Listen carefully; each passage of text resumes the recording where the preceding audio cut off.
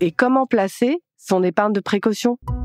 Vous vous posez des questions sur votre patrimoine ? Comment le constituer, le faire croître, le gérer ou le transmettre ? Le particulier et ses experts vous écoutent et vous conseillent en toute indépendance. Votre patrimoine à la loupe, un podcast imaginé par Le Particulier. Je suis Pauline Janico, journaliste au particulier, et je vais consacrer cet épisode au cas de Jeanne, 28 ans, qui vit en région parisienne. Cette jeune diplômée vient de décrocher un contrat à durée déterminée dans une entreprise de design. Elle vit actuellement dans un appartement avec d'autres colocataires. Jeanne veut commencer à mettre de l'épargne de côté en cas de besoin. Idéalement, elle aimerait aussi se constituer un apport pour acheter à terme son futur logement. Quelles solutions sont envisageables pour Jeanne ? Comment choisir entre les différents placements sans risque, sachant qu'elle veut pouvoir récupérer son argent à tout moment ? Pour répondre à ces questions, j'ai fait appel à Mark Templeman. Il est cofondateur de l'application Cashbee. Bonjour Mark Templeman. Bonjour Pauline. Alors les Français sont champions de l'épargne avec un taux élevé de 18%. L'épargne de précaution, c'est indispensable, mais pour quel montant ? Alors on nous pose souvent la question et on l'exprime rarement en montant concret, mais plus en mois de salaire. Et ça dépend aussi de la constitution du foyer de celui ou de celle qui met de côté cette épargne de précaution. Donc dans le cas de Jeanne, que je comprends être célibataire et qui vit en colocation, 3 mois de salaire devraient suffire. Alors que pour un responsable de foyer avec plusieurs enfants à charge, c'est plutôt 6 mois de salaire sur lequel il faut compter quand on parle d'épargne de précaution. En cas de pépin, en cas de problème, ça peut suffire. Alors c'est justement cette épargne qui est là pour le coup dur. Donc l'ordinateur qui tombe en panne, la voiture qui a un problème, parfois aussi des dépenses médicales imprévues. Mais c'est exactement ça, c'est le coup dur.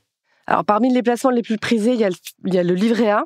Pour investir sans risque, Jeanne doit-elle se tourner vers ce produit réglementé, sachant que sa rémunération va probablement baisser début août? Absolument. Alors, c'est un très bon support pour celui ou celle, comme Jeanne, qui veulent mettre de côté de l'argent qui doit être accessible à tout instant. Donc, l'avantage de ce livret A, tout comme son cousin, le LDDS, c'est que l'argent reste toujours disponible. Il s'agit d'un compte bancaire, on peut y accéder tous les jours. Et par ailleurs, sa rémunération est sûre et certaine, enfin on la connaît, effectivement, aujourd'hui de 2,4%, mais elle va fortement baisser au mois d'août si on applique juste le calcul qui sert à déterminer le taux du livret A. Donc rémunération faible, certes, mais une certitude absolue et une sécurité absolue sur l'argent qu'on met de côté et une accessibilité qui est préservée à tout instant. Ok, alors pourquoi son rendement va baisser forcément le 1er août prochain ? Alors, il s'agit d'un livret réglementé et ce livret, qui est une spécificité française, son taux est déterminé à partir d'une formule assez mathématique, mais dans laquelle il y a 2 composantes.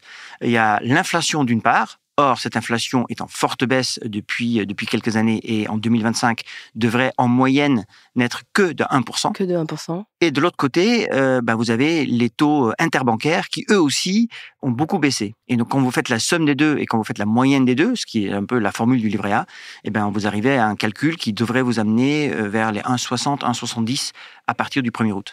Ouais. Donc ça va forcément baisser, il faut le prendre en compte. Est-ce que c'est une bonne chose que l'inflation soit faible ? Alors, de façon générale, la Banque centrale vise une inflation aux alentours de 2%. Donc, dans l'idéal, il ne faut pas que l'inflation tombe à 0, voire devienne négative. Mais une inflation faible vous permet de renforcer votre pouvoir d'achat si vous placez votre argent à un taux qui est supérieur à cette inflation.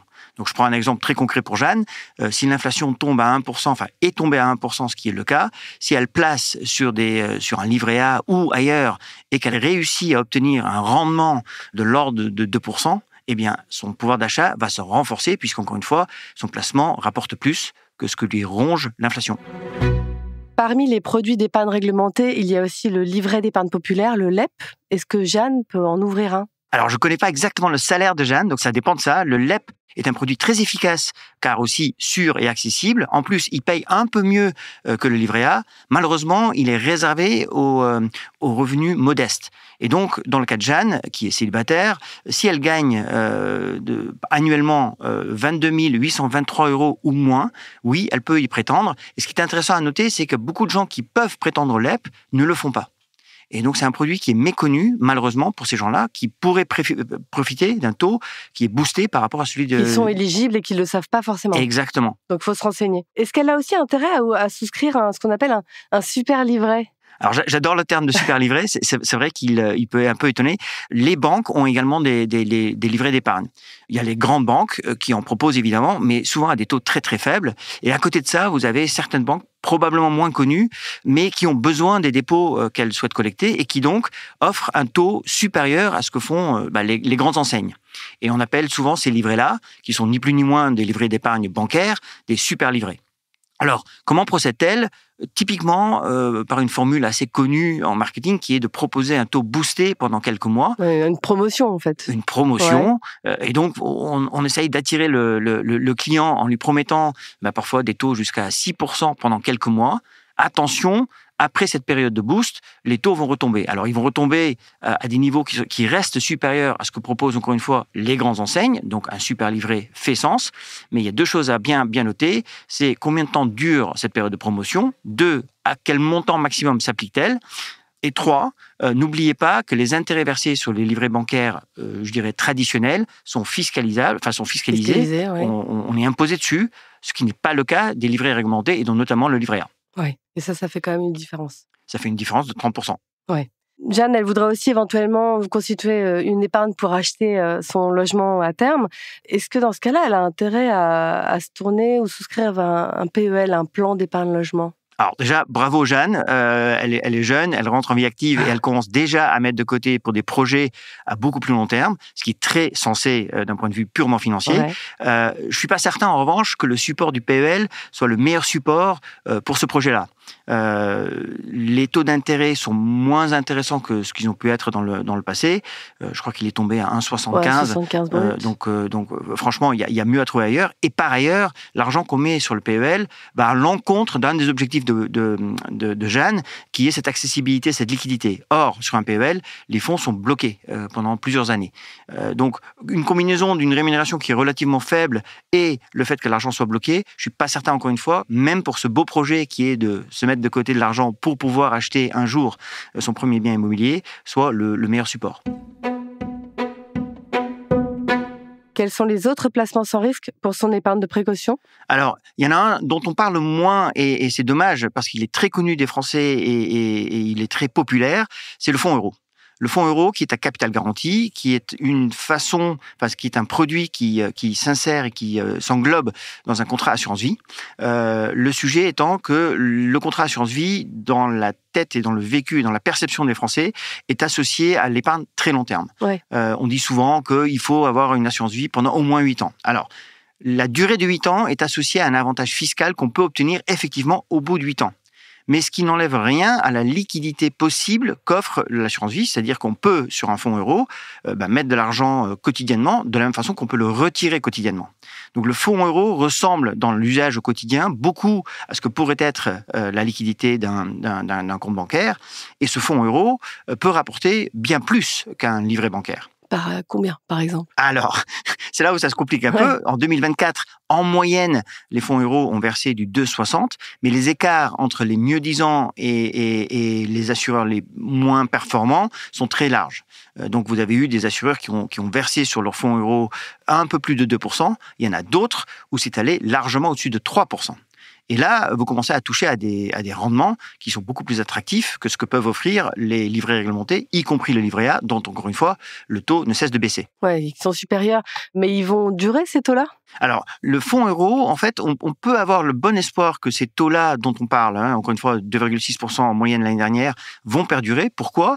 Parce que l'argent qui est ramassé par l'assureur qui propose le fonds euro, l'assureur l'utilise pour investir dans des actifs très peu risqués, parce qu'encore une fois, c'est lui qui garantit le capital, c'est lui qui garantit que vous ne pouvez pas perdre, mais il a tendance à l'investir dans des obligations à long terme. Or, les obligations à long terme rémunèrent pas trop mal ces temps-ci.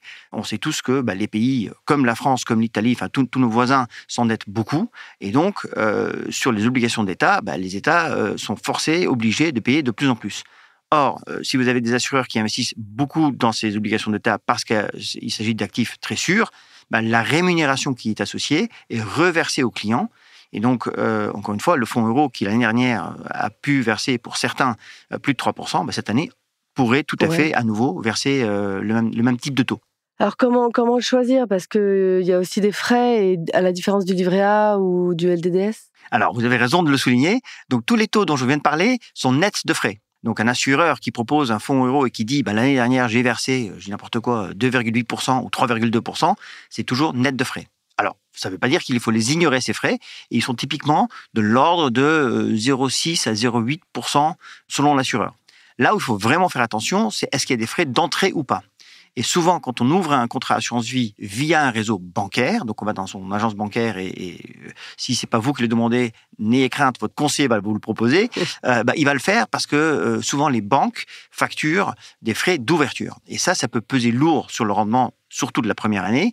Il y a des plateformes digitales qui typiquement proposent exactement les mêmes produits, mais sans facturer des frais d'entrée. Ouais. Et si elle a besoin de le retirer de l'argent, on en parle pour un besoin quelconque, elle peut le faire. Mais elle sera fiscalisée quand même. Alors, elle peut le faire. D'abord, dans le monde assurantiel, je suis obligé de le dire, on parle de rachat partiel, on ne parle de retrait. Mais sûr. Franchement, ça revient strictement à la même chose. Et donc, elle est fiscalisée. Mais attention, elle est fiscalisée sur les gains. C'est-à-dire que vous mettez 1 000 euros sur un fonds euro, vous retirez 500. Si ce 1 000 euros s'est transformé grâce à la puissance des intérêts composés en 1 100 euros, si elle fait un rachat partiel de 500 euros, elle sera fiscalisée uniquement sur la partie des gains et pas évidemment sur le capital. Ok, très bien. Pour placer sans risque, il y a aussi certaines banques qui proposent des comptes à terme. Comment ils fonctionnent? Est-ce que ça vaut le coup? Alors, ça se regarde parce que, une fois de plus, vous tombez sur le fonds de garantie des dépôts. Donc, c'est un placement très sûr. Mais par définition, puisqu'il s'agit d'un compte à terme, vous perdez un peu en liquidité.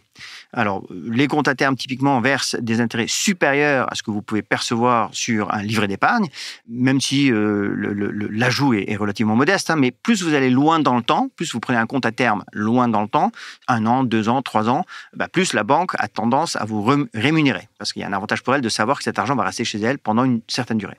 Maintenant, il y a une exception toujours française qui fait que les comptes à terme en France, contrairement aux comptes à terme à l'étranger, sont cassables. Ça veut dire quoi? Ça veut dire que vous avez ouvert un compte à terme à 3 ans, vous y avez mis une certaine somme. Au bout d'1 an et demi, vous vous rendez compte qu'en fait, vous en avez besoin. Vous pouvez contacter votre banque et demander le retrait de cette somme. Plusieurs observations. La première, les comptes à terme se cassent en une seule fois. C'est-à-dire que vous allez récupérer la totalité de la somme. Si vous avez mis 10 000 euros sur un compte à terme, si vous le cassez, vous ne pouvez pas dire je veux récupérer 2 000 euros. Non, vous récupérez la totalité de la somme mise de côté. Première observation. Deuxième, vous n'allez évidemment pas bénéficier du taux que vous aviez espéré pouvoir obtenir parce que vous retirez l'argent en amont. Tout ça, c'est contractuellement défini. Souvent, les comptes à terme ne comportent pas de pénalité, mais votre rémunération est réduite pour refléter le fait que vous avez cassé votre compte à terme. Et le dernier élément, c'est que vous récupérez l'argent qu'un mois après. Donc, c'est pas de l'instantané, c'est pas quelques jours, c'est au bout d'1 mois. Ok, très bien. Écoutez, merci beaucoup Marc Tempelman pour toutes ces réponses. Je rappelle que vous êtes cofondateur de l'application Cashbee.